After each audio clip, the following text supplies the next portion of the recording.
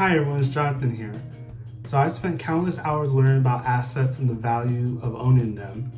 And being both a real estate investor and a stock investor, I've seen the value of owning assets. So in this video, I'm going to give you 4 benefits of owning assets and how you can take advantage of them. So without any further ado, let's get into it. But before we begin, please hit the like button for the YouTube algorithm. It greatly helps out the channel. And as a disclaimer, this is not financial, tax, or legal advice. I highly recommend that you talk to a licensed professional about these things, as I'm just some random guy on YouTube. The first benefit of owning assets is the ability to leverage. Leverage is basically when you could use debt to buy an asset. So for example, if you were to buy a home for $100,000 and you put 5% down, that means that you put down $5,000. Now let's say that home appreciates 3% in the first year. So essentially you just got a $3,000 return on a $5,000 investment, which is a 60% return. Now in comparison, if you were to invest that $5,000 at a 3% return, you would only get $150. Having the ability to leverage amplifies your returns by allowing you to buy more assets. Real estate isn't the only asset you can leverage. You can also leverage stocks using margin loans. Pretty much a margin loan is when a brokerage will allow you to borrow up to a certain percentage of your current stock holdings. In theory, you can use this money to now buy more shares of whatever stock you would like. The thing about margin is that it's a little bit more dangerous than a mortgage because stocks have what's called a call provision. Basically, a call provision is when your shares fall below a certain amount. The brokerage can request that you pay them back X amount of money. And if you're not able to pay them back, then they'll sell your shares at a loss to recuperate the amount that you're supposed to pay back. This could be very dangerous and lead to you losing a lot of money, so be very careful with margin loan. The second benefit of owning assets is exponential growth.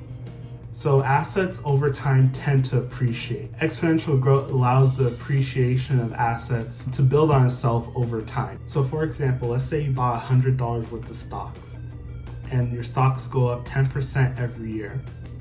In the first year, you have $110, which is $100 of your initial investment, plus the $10 that you earn from the appreciation of your stock. But then after a second year, instead of you getting another $10 as a return, you actually would get $11 because it's 10% of $110, which is $11 plus your initial investment of $110, and then after 10 years your balance would be $260, which is 2.6 times the amount of money that you initially put in. Savings accounts follow this trend as well, but they usually tend to underperform inflation. Inflation is about 2 to 3% a year, and pretty much what inflation is it's the decrease of the value of your spending power on $1 every year.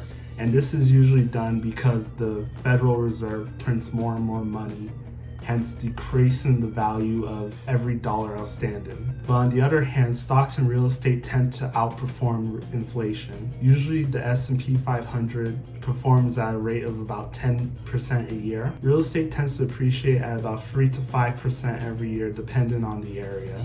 The third benefit of owning assets is the tax benefits that are associated with them. The government likes to incentivize people to own assets, and the reason why is because it bolsters economic growth and also stabilizes the economy as well. When it comes to real estate, one of the tax benefits you could get is interest write-off. So when you have a mortgage payment, you usually have 2 parts of your payment. You have principal and you have interest. The principal part of your payment pays down the amount of money you own to the bank, while the interest is the fee that you're paying the bank to have the privilege to borrow the money. For the most part, when it comes to the interest portion of your loan, you're able to write that off against your taxes, hence making the impact of you paying interest a lot less than as if you weren't able to write it off. And a tax write-off is basically where a certain amount is written off your income for tax purposes. So let's say you make $100,000 and you pay $10,000 of mortgage interest.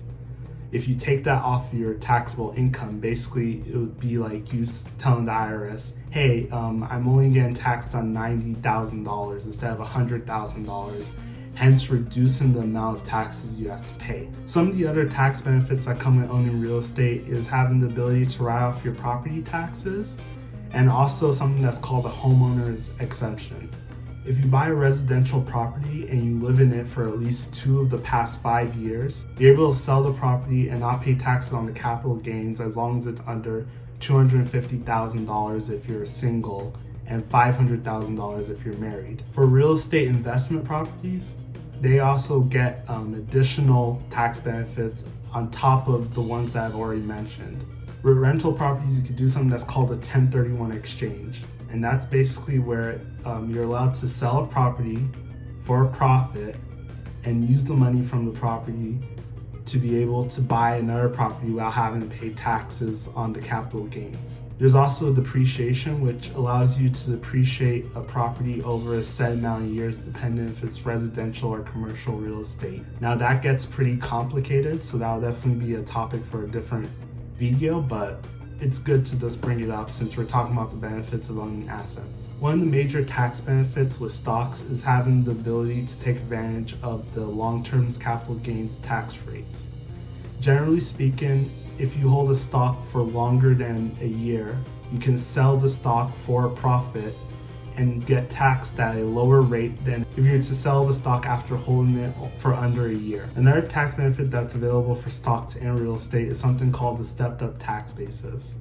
And that's basically where if you, let's say you were to pass away, whoever was to take control of your assets wouldn't have to pay taxes on it for up to a certain amount. The fourth benefit to owning assets is government assistance. So what I mean by government assistance is, for example, so during the current state that we're in right now, in 2020, if you've taken a look at all the financial bailouts or benefits that government has given out, you would realize a majority of them have gone to business owners and landlords and homeowners, hence people who own assets.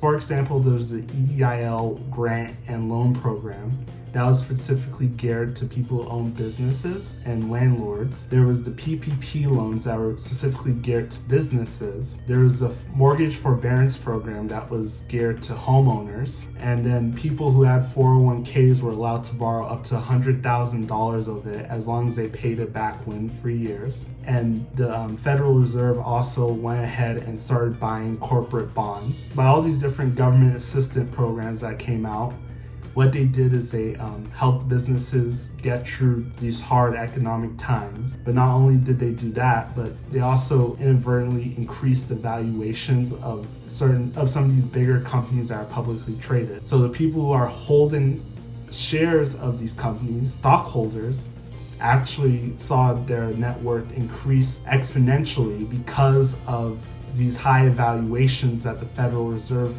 was creating due to their buying of corporate bonds. And generally, anytime there's a recession, the government tends to like to help people who own assets more than people who don't. It's very unfortunate. I'm not taking sides either way. I just want to make this notice that what I have noticed throughout economic hard times is that the government usually comes to the aid of businesses and asset holders. So there you have it. That's the 4 benefits that I've noticed of owning assets. Generally speaking, the government likes to incentivize people to own assets as they see it as a way to boost the American economy and also a way to stabilize it as well. In my opinion, I believe that assets can be helpful for anyone in any situation. So now you're probably thinking, what is the best way for me to own assets? So one of the easiest ways to do that is by buying stocks. And I actually have a link down below for Webull where they'll give you 2 free stocks after you deposit $100, with one of those stocks being worth up to $1,400. So right there you can have 2 free assets. So thank you for watching. If you enjoyed this video, please hit the like button. It greatly helps with the YouTube algorithm. Also hit the subscribe button and notification bell so you get notified anytime I post videos. If you have any questions or comments, I encourage you to leave them in the comment section down below. I try to answer as many comments as possible. And thank you for watching. Until next time.